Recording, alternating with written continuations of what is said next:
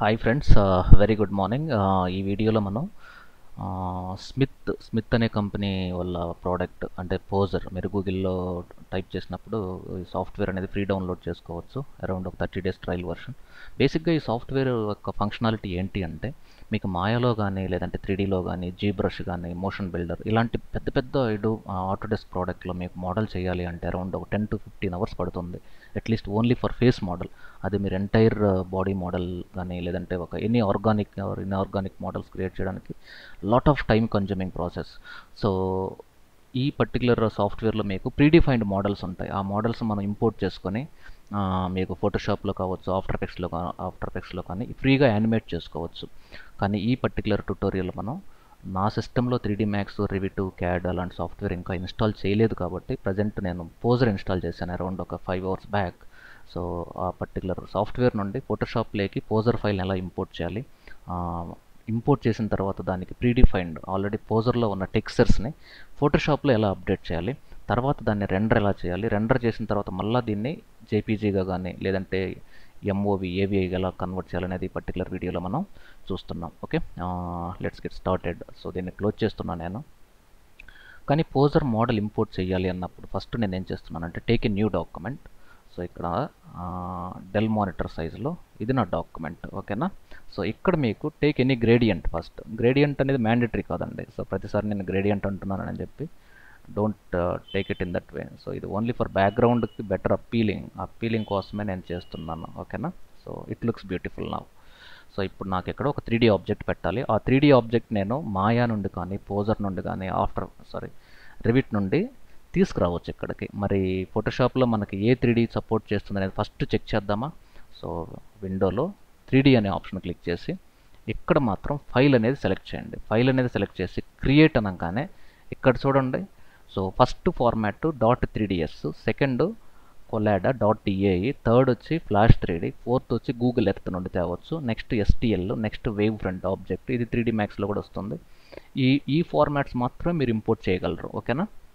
మరి మనం పోజర్లో ఎక్స్పోర్ట్ చేసేటప్పుడు .3ds అనే ఫార్మాట్లో ఎక్స్పోర్ట్ చేసినప్పుడు ఇక్కడ ఇంపోర్ట్ చేయొచ్చు కదా. No doubt, damn sure, right. So నేను దీన్ని క్లోజ్ చేస్తున్నాను. సో పోజర్ లాంచ్ చేద్దాం ఇప్పుడు. సో ఇక్కడ క్లిక్ చేసి POSER పోజర్ ఇక్కడ ఆల్రెడీ వచ్చేసింది, క్లిక్ చేయండి.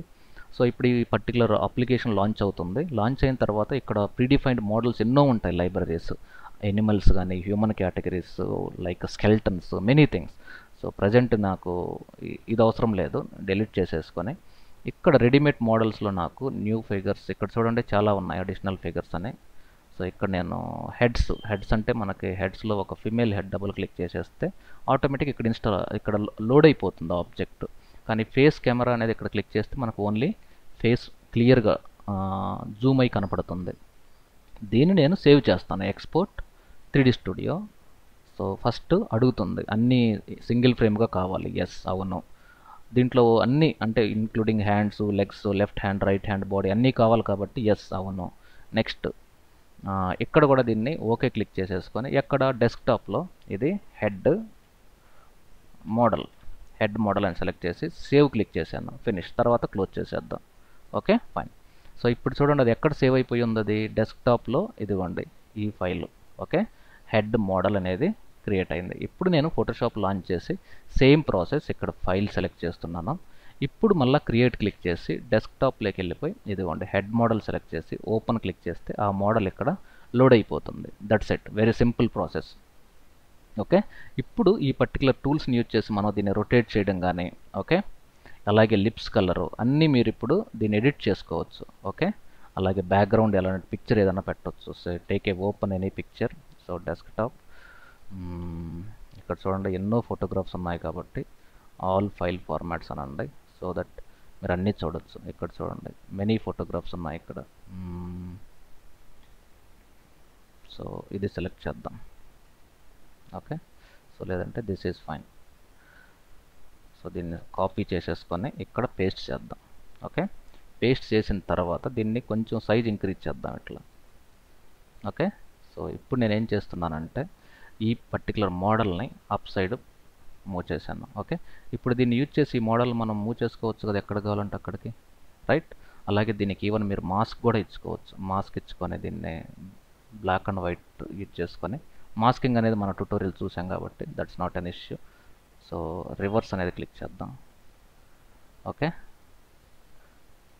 సో ఇలా దీన్ని కంపోజ్ చేసుకోవచ్చు మీరు ఎలా కావాలంటే అలా.